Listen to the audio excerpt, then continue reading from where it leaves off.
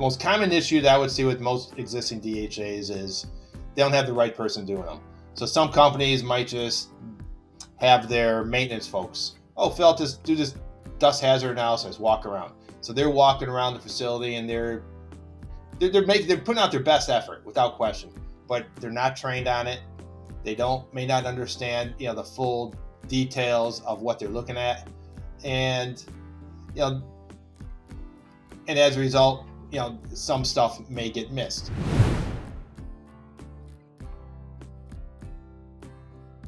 We've been doing these for years. We have experience doing them. We've seen different types, been to different facilities. We've seen what works, what doesn't work. And we're not always going to put out and make a recommendation for a $1 million fix when a $100 fix could be the right answer.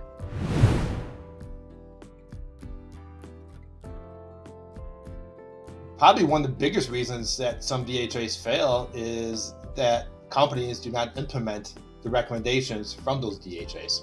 So if a DHA makes recommendations to put some isolation valves in the dust collection system, and the company decides not to do that for whatever reason, you may have dust or anything else that propagates through the system.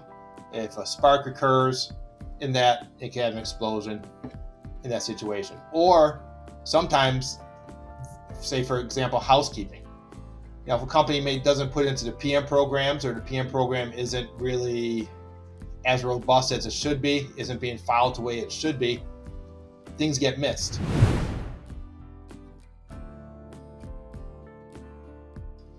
When recommendations are put in place by companies, they should actually rate them. So you have, this is the most important down to, yes, these are things you maybe should do within the next year or 2 years to make things even safer.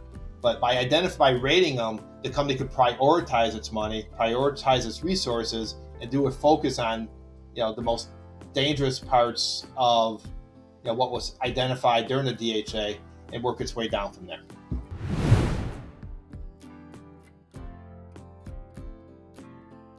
Well, the first question a company should be asking is, what's the most important thing I should be doing in this DHA?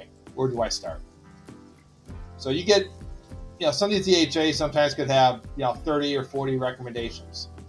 And any good DHA is going to rate those recommendations on, what is the most dangerous versus doing a risk analysis on them. So they should look at that and start at the very top. Hey, what could we do to fix the worst of the worst? And work your way down from there.